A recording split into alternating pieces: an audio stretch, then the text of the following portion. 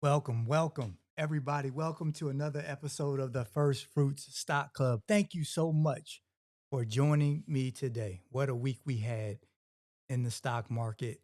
Um, Hopefully, you took advantage of it. I'm going to show you a few opportunities that I was able to execute on, opportunities that I'm put in the club. I'm always putting opportunities in the club. So, like I said, I have a new segment, and what I like to do is ask everyone a question. And today's question is, have you ever fought a bully? Right? Have you ever fought a bully? Right? Um, the reason why I'm asking you because the economy is the ultimate bully. It not only will bully you financially, it's the ultimate financial bully. It would not only bully you, right? It probably bullied your great grandparents, your grandparents, your parents, you, and your kids, right? If you let it, everyone has to fight the bully. This is a bully that everybody has to fight. You have to learn how to step up to it and not allow it to bully you all your life. Facts. Facts is that most it was a study done, I think by SureSave. They basically handle benefits of employees. 63% of employees could not handle a $500 expense, emergency expense. 63%.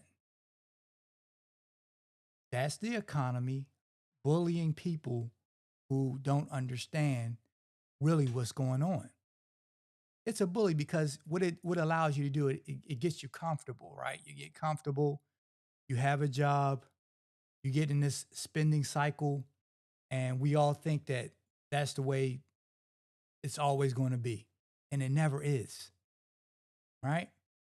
It's a period in all of our lives called expansion. This is when we actually go out and we start buying things, houses, car. You see it. You see people are expanding financially, and in this expansion mode, we get comfortable, and the economy says, "Oh yeah, just expand more, buy what you get, what you want." This is called it's an easy money policy that's usually through expansion. And expansion is a real thing. It's part of something called the business cycle, right? And after expansion is the next phase. The next phase is peak, right? This is where people peak spending, peak borrowing, where people not only are buying one house, they're buying three and four houses, three and four cars, going on 5 and 6 vacations. We went through a period of peak, right? And so the business cycle is like the music to your finances. And after peak, the music stops. It always stops. The business cycle is always there. And most people are not aware of this business cycle that always goes on. The truth is that most people don't understand is that your money is not really yours. Like you don't really own your money, right? And in an economy, it bullies you by taxes, by inflation, and by contraction, right?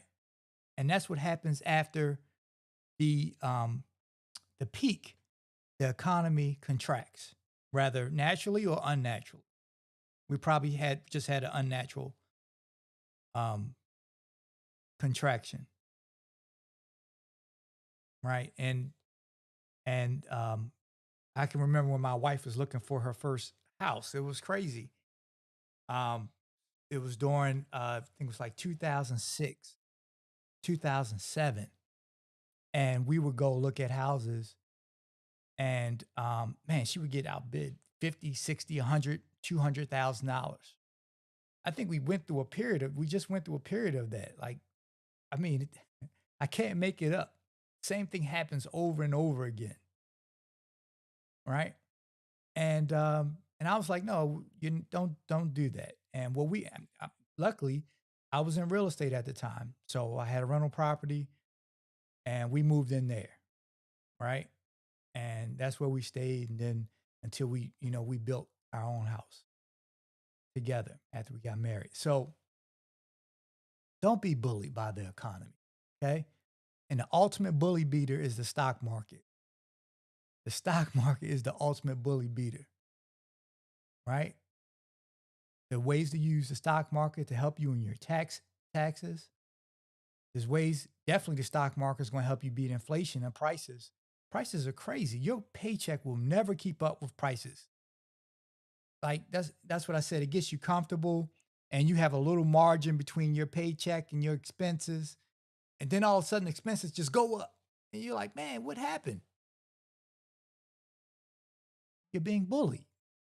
It bullies you financially and won't stop. Doesn't care, won't stop. You have to beat it. And the stock market will allow you to beat it. That's why these billionaires have so much money in the stock market because they know. But yet we have our money uh in things that that can't battle the bully. And the bully was like, yeah. And the contraction is the worst thing because contraction not only messes up trying to mess you up financially, but it messes you up mentally, right? And a lot of people don't make it out, right? That's why Dave Ramsey is such a big because people have been down and their their finances have been contracted on. And they said they had enough. People get in debt and try to, things happen. Your paycheck is not guaranteed. It never was. That's why you have to take control of it. All right. So today, man, have a great show for you guys today. Man, have a great show. Great show for you guys today. I thank you so much for giving me a few moments of your time. All right, so let's go. Let's go with the first scene. So Donald Trump, man, got to work on my graphics. So here we go. All right, so he rolled back tariffs, right? And so my question is, he decided to roll back the China tariffs? So my question is, did you make any money off of it? Okay. So this new segment is called Did You Make Any Money? And I'm going to show you the power of the stock market. So first, let's go through some disclosures. Just read. This information is for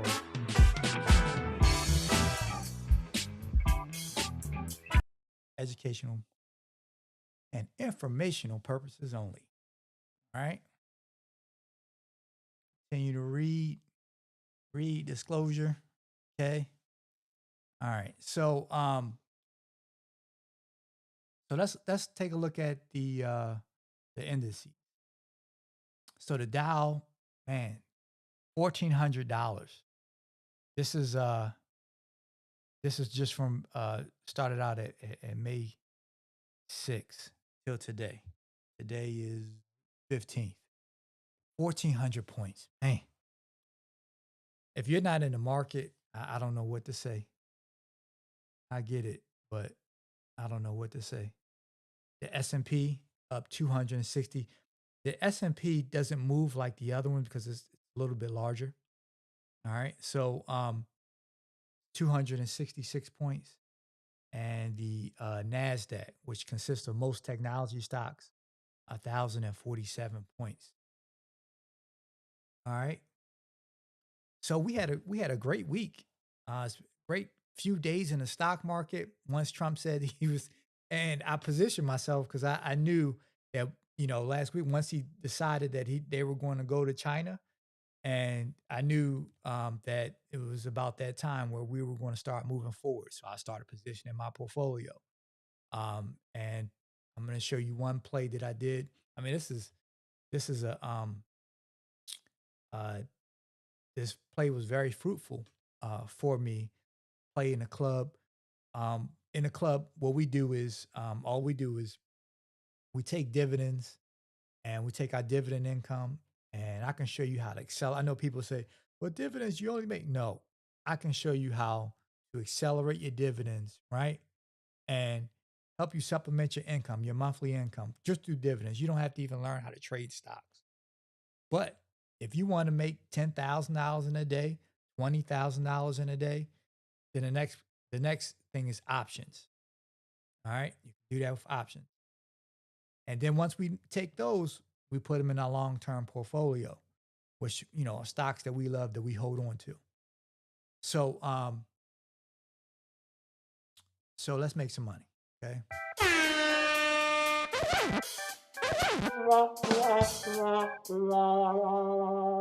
So the stock that we're going to spotlight today is Nvidia. The ticker symbol was NVDA, was founded in 1993 in Santa Clara, California. Jensen Hung is the CEO and founder. People often make fun of him because he wears a leather jacket. His last presentation, he had a suit on. So it tells you, like, initially before Trump took office, you know, he was it was fun, and I still think he'll probably wear his leather jacket.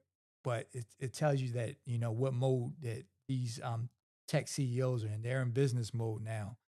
Just for the fact of it was a lot of uncertainty in the market, and they didn't know which way and they hoped that Donald Trump would change his mind and ease on some of the tariffs. And he did do that. He did do that, and we saw um, a takeoff in the stock market. So Nvidia, if you look at April 4th, that's should be April 7th. I think it went down. It should be April 7th. I been saying was the low of the market, which it was. And I think Nvidia went all the way down to like 80 something dollars, right? It's like 50% correction off the all-time high, almost 50%, 40%, I think. But man, these last few weeks, you see it skyrocketing. That's $35 a share. We went through that, you subtract it. But man, let me show you the power of options. Okay. Why you can make $35 a share, right? Which is an okay return. This is an option play that I did. Nvidia, 107%. I purchased the option at $7.18. So um, options work like this. You have to decide on a date, right? The option is basically a bet in the future. A call option is a bet that the stock price will go up. A put option is a bet that the stock price will go down. This is a call option. So I've had these options for a while. This is actually an average because I think I started buying it maybe probably a little bit more than $7, but I started to when it went all the way down to close to $3. So I could have really loaded up then. I didn't load up as much as I want, but 107%. That's in a few months, right? Since April, that's April, maybe in a month. It's not a bad return, and that's the thing. That's why I said, um, you know, you, the stock market is the ultimate bully beater. When have you ever got 107% on your salary? It will never happen. It'll never happen, right? So 107% return. I didn't have to go to work. I just made a choice to not be bullied. All right. I don't need a raise. I'll make my own raise, right? If inflation is coming, I can't really do anything about it, but I can invest and make sure that my family has extra money. I can do that. All right. So 107%. So you just multiply it. And, I don't buy just one contract. Okay. I go in and, you basically doubled your money for every contract you had. So yeah. So That was fine. That was a good one. So I did a bunch. I went ham. I bought a bunch of contracts for a lot of companies. This is just one, and I put them in the club, and so man, you'll have an opportunity to be another opportunity again. So this is a time where you can get prepared. Man, join the club. Stop being cheap. The bully loves cheap people because he raises the prices on cheap people. You think you're getting over, but you're not getting over because he's coming after your money. So anyway, uh, the next segment is heard from the grapevine. The next segment is heard from the grapevine. All right, this is where I talk a little bit about. Um, this is where I'm going to discuss a few topics that went on in the stock market in the past week. Always remember that communication in general is important, right? But communication in a stock market is really important because communication determines the atmosphere, determines the environment. Rather, the environment is a positive environment where everyone's in good spirits. When everyone's in good spirits in the stock market, that's when the stock market goes up. But when people get scared and fearful, of course, the stock market goes down.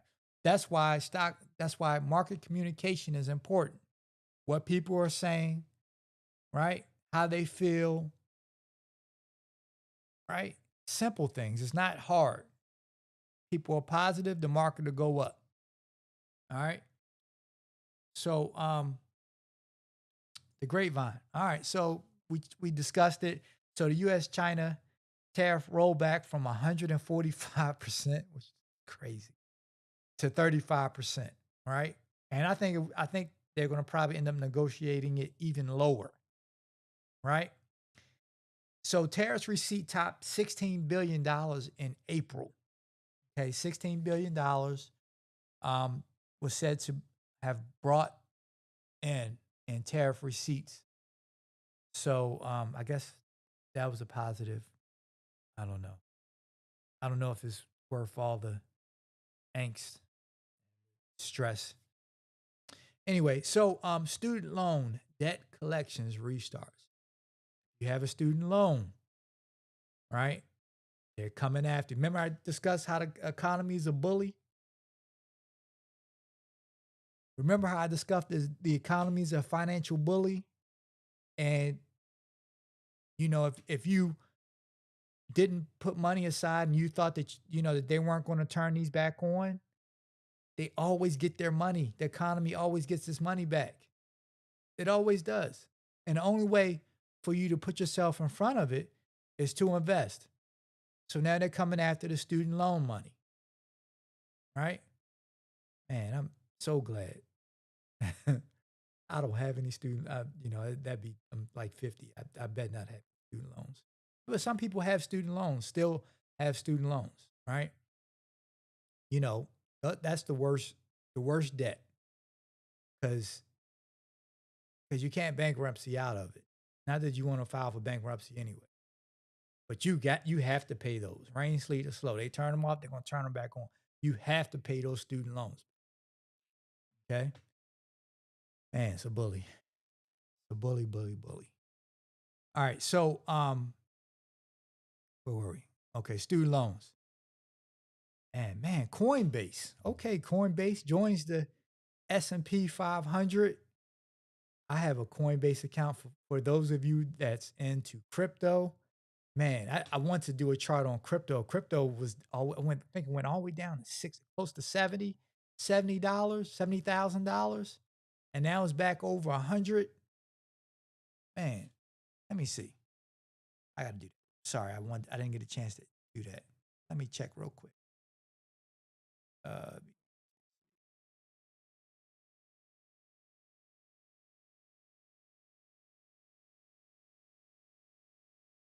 yeah, so it's currently 103,000. And in April, it hit a bottom, I think like 76. I think it saw 73. Man, I did not buy any Bitcoin. I have some. I have a Coinbase account. I didn't buy. I was too busy looking at my my option and long-term portfolio and dividend, looking at my portfolio. So I did not. But Coinbase, I might have to add a option on Coinbase. I have to look at it. Maybe I'll put that in the club too once I get do some analysis of Coinbase. I know their profit margins aren't that good. I can just assume that. But it may be doing well because a lot of people are investing in crypto now. It's a big thing. A lot of people are making a lot of money off of crypto. Gotta invest. Period. All right, let's go to the next called the stability report. So the stability report, we discuss how to in our portfolios we need stability, right? And growth is good, right? Growth is where you get the huge gains, but in markets of turbulence and volatility, you need something to stabilize your portfolio. Dividends have historically made up to 30 to 50% of the S&P's total return, depending on the time period and market conditions. All right. Today's stability report is on Procter and Gamble. P&G is a ticker symbol. I like this chart. I just want you see this right here at the end. It looks like a little W. I love W. W means win to me, right? You see the W's, that usually means the stock went up, right? And faked everybody out and people sold and it came back down and now it's about to go on a run. So I think Procter and Gamble, yeah, this is a nice little play right here. Um, I don't know if I would put an option on this, but this is a good spot. So um, Procter and Gamble, they pay a nice dividend at 2.68%. All right. And they've been around. They own brands such as Tide, such as uh, they own Tide, Kleenex, a bunch of different brands. But what's interesting about this company, I was doing some research. It started in like 1837, and by 1869, it made its first $1 million in 1869. Started out the owners started out selling soap, but the interesting about it is that the owners, like how they who started the company, the founders started the company, they actually married into the same family. They married two sisters. One of the founders, Proctor, married one of the sisters, and Gamble married the other sister, right? And so that's basically how they met. And you're talking about family wealth. Over time, they just created brands, bought brands. Some of the and they generate, I think, over $87 billion in the past last year, and they have like over 20 brands that do over $1 billion each. And you know a lot of the brands. So this is a pretty solid company. They've been around for a long time, and I do not own this company, but if you're looking for, I think if you're looking for, everything involves risk. Okay, that's the disclosure. All right, these are just recommendations. Everything involves risk, but if you're looking to add a stock to your portfolio, something to stabilize, something outside of technology, um, Procter and Gamble is it. Okay. Also, yes, they may be affected by some tariff issues, but I believe that these tariffs are, I think they're coming to an end. I think we're going to probably still have some more turbulence, but I think I think for right now, man, it's a good time to be in the market. All right, man. I love you guys so much. Thank you so much for giving me a few 30 minutes of your time. Yes, we at 7:25. I'm about to go to the club meeting. Got some new plays, some new information. And man, join the club. Let me just put my club thing up.